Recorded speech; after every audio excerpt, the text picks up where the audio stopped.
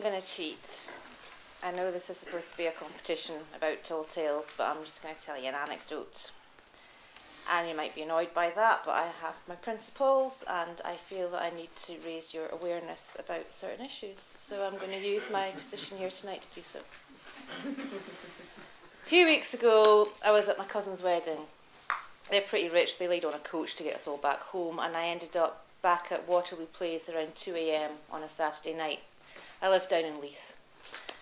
The N22 had sailed past, so I'd missed that. Walked down a wee bit, got to the taxi rank queue outside the playhouse. It looked long and aggressive, so I decided just to walk home. So I trip-trapped my way down Leith Walk, no bother at all, till I came to what I'm sure anyone who lives in the city will know is now a very familiar sight, massive, great hole in the road. Usual thing, pedestrian walkway, follow the signs, round the bollards. So off I went, round, turn right, walking along, no bother, and then a massive hairy arm came out of a doorway and floored me. It was a troll. Now this came as no great surprise to me. The way that the council have been churning up our city for years now in random places, a new place every week, it was just a matter of time before a troll-related incident was going to occur. It hurts me that you're laughing. This one was only about that high, female, and she was in considerable distress, I'll have you know. She'd been crying. Her big, massive clawed paws, they were trembling. Her nostrils were flared with distress. She was clothed, which surprised me. She had on a pair of skin-tight leggings hauled over her hairy haunches and "Look, don't touch" in glittery writing, sort of stretched across her pendulous belly. She'd put them on back to front. And she also had a luminous pink vest top which said "Babe," and she'd half managed to get herself into this. And I realised that she was really quite frightened, and what had happened was she'd been struggling into these clothes when her arm had come out. She hadn't meant to hurt me. In fact, she was cowering. She thought I was going to hurt her. So I did my best to reassure her, calm her down, let her know I meant her no harm, and I asked her what on earth she was doing there. Well, it turns out that this particular type of troll is normally invisible. They can come up and have their fun above ground anytime they want. But having her hole continuously destroyed and disrupted by screaming drills and aggressive diggers, she started off up at Shandwick Place, she'd made her way down through Edinburgh, and the stress, you know how when we get very stressed we sometimes turn red? Well, with this troll, the stress had created visibility. It started slowly, but eventually she ended up completely visible. Stress-induced visibility. She'd done her best to cover herself in mud, and she had cowered in a little corner, waiting for the workmen to leave that night, and then she'd clambered out of the hole, made her way down to Great Junction Street, broken into a shop. The alarm went off, but it's Leith, so it doesn't matter.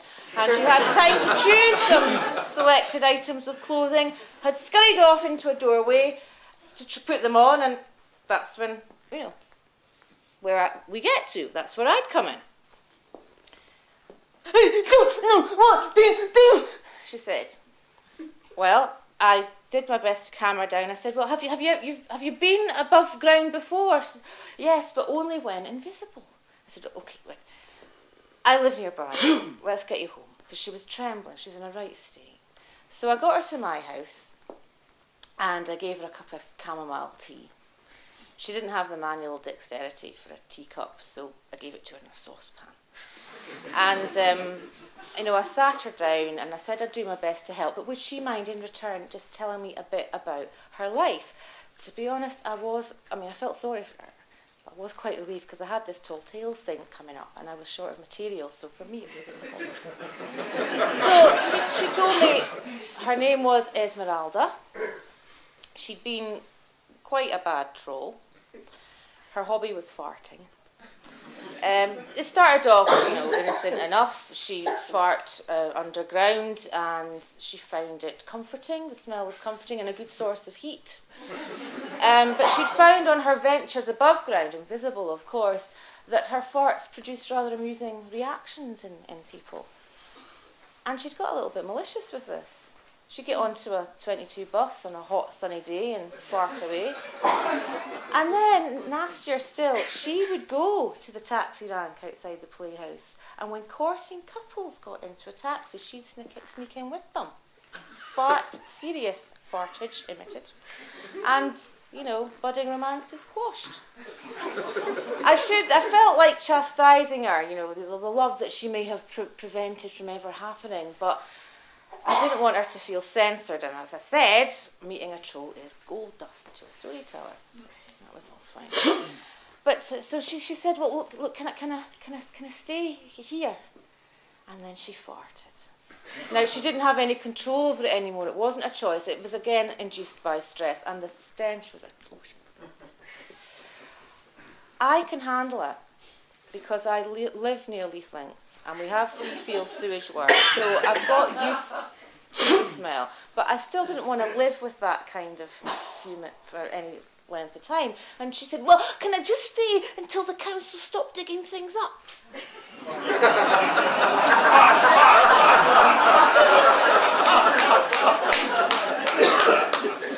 I did my best to gently explain that was never going to happen. I told her that the people of the city, they used to believe it might. She said, "Well, why won't it?" And I said, "Well, we've stopped asking why."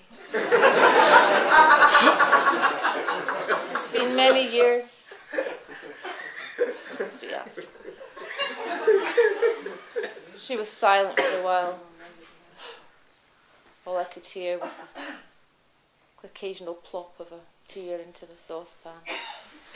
And I did what anybody would do in that situation when you're faced with a problem you can't solve. I Googled it. According to Wikipedia, female trolls have strange powers over human males. They can enchant them and get them to do their bidding. They take them into their powers, have them at their service for as long as they want, until eventually they grow bored, and then they put them back into human world, and they can be found wandering, dazed and confused, with no memory of what's happened on the streets. And I know this to be true, because if you go down to Duke Street any night of the week around 2 a.m. So for that evening, I made her comfortable in my garden sheds, and the next day I went out and bought industrial quantities of imac, and got back, versed her in appropriate chat-up lines. We used all the wax up. We just about got all the hairs off, not quite, but we waxed her. We got her leggings on the right way round, and I gave her some beer money, and I took her down to Duke Street, the Duke's Head pub, right? Just near enough to closing time for people to be drunk enough to not quite know the difference, which isn't that difficult in Duke Street anyway. And I just waited outside the door to Tesco, pretended I was texting, and just waited to watch. And I could see through the window that it didn't take her long to find a mate. Well, they staggered out, and I thought, brilliant, she's found someone, she'll be fine. When he lurched forward and a Vesuvius of vomit erupted from his mouth, bounced off the pavement. Some of it got caught. We'd run out of imac before we got to her ankles. Some chunks of it got caught in her ankle hairs. It was horrible. But she still, give her due, she stood there, still game, And then he said the word, Jesus! Can't say that word to a troll. Anything holy is anathema to them. She shrieked and ran all the way back to my house. All I could do was follow. So we sat there, and we had to think what could be done, what on earth could be done. And it was while I was hosing down her legs in the bath, and we both had an epiphany. Seafield sewage works. Mm-hmm. The smell would comfort her. And there's no security, because who want to break in?